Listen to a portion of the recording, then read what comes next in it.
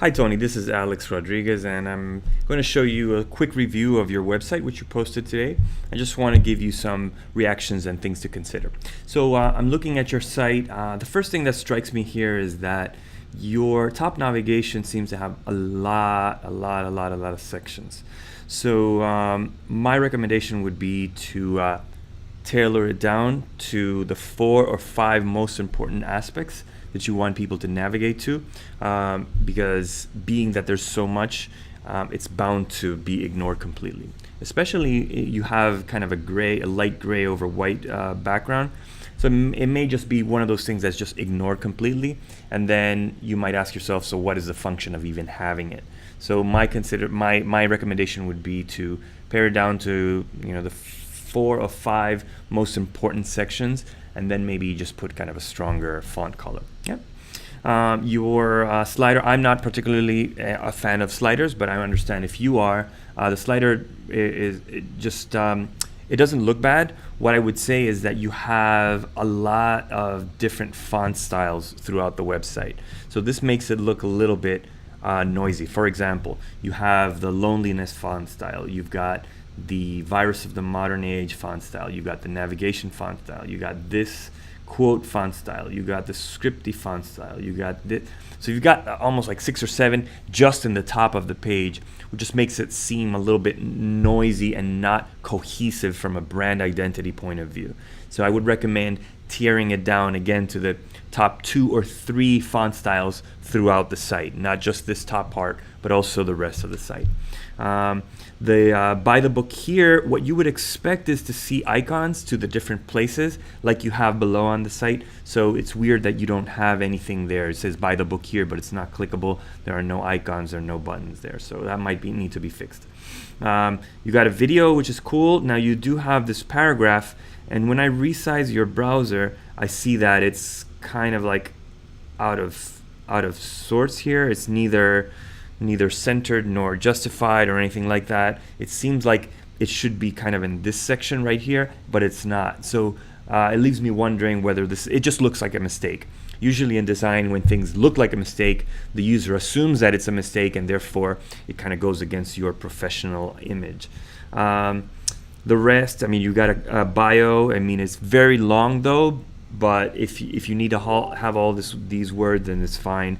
I usually favor a very summarized bio for something like this. But anyway, that's your personal preference, and I respect that.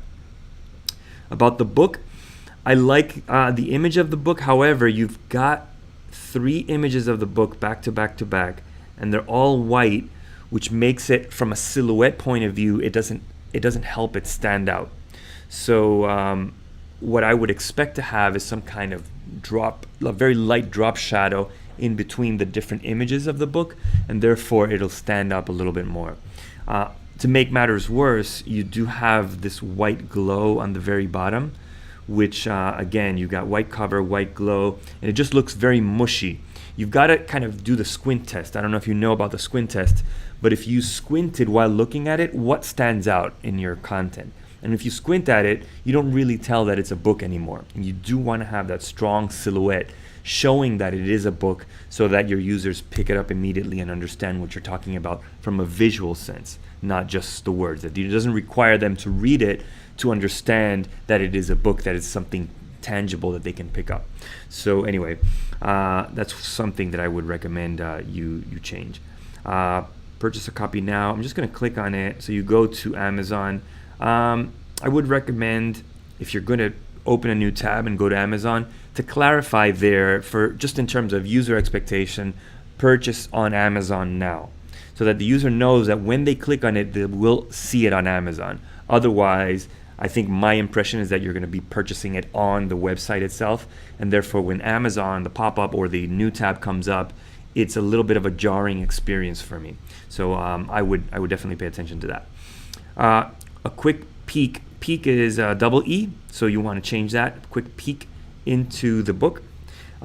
This is also not well written. All on the things you will learn with this book cannot be explained. It's just kind of weird language. So you might want to correct the grammar here, or just eliminate that phrase, because I think in the second sentence you say enough of what needs to be said. get your copy now and gain 197 page of pure knowledge. Da, da, da, da. So it's just kind of like a very direct call to action. It's a personal preference again, which I respect, but this is just kind of mushy in terms of what you intended to say there.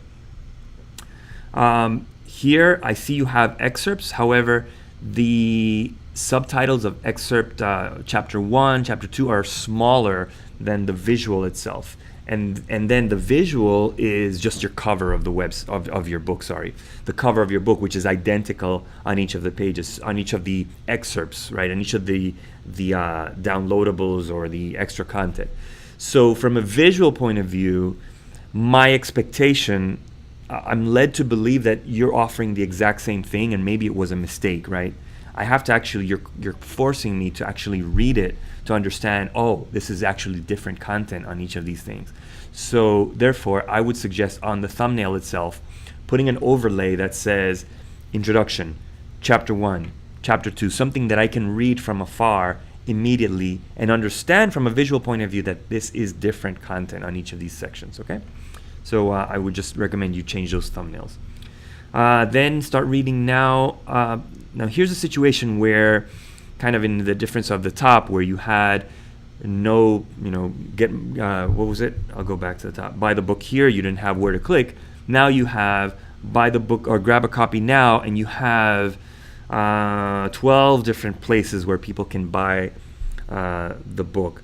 And to be quite honest, it becomes overwhelming from a buyer's point of view, right? You probably want to just show the first, the top 4 or 5, and maybe then a link to say, read more. Or if you want to just put the top 4 and 5 as icons, and then in list form the other places, that's a more pleasurable experience than having 12 icons. And now there's a paralysis of information and choice, because there's too many choices to pick from. And as a user, I just feel compelled to click on none of them because there's just too much to pick from. Okay, so you might want to just consider doing that. Then you have this kind of the flipbook presentation. I'm not a fan of it. I don't think visually it looks that well, and it performs very slowly, as you can see. So you're flipping the book, and there's kind of a load time there, which again, in a second as I load, and I'm on a very fast internet connection, it makes it feel like a mistake. But also visually, the justification here is just kind of wacky. So you don't have anything justified. There's just, your eye doesn't really know where to begin reading each line. It's neither centered nor left nor right justified. It's just kind of a little bit messy. So I would recommend just changing that from a visual point of view, right?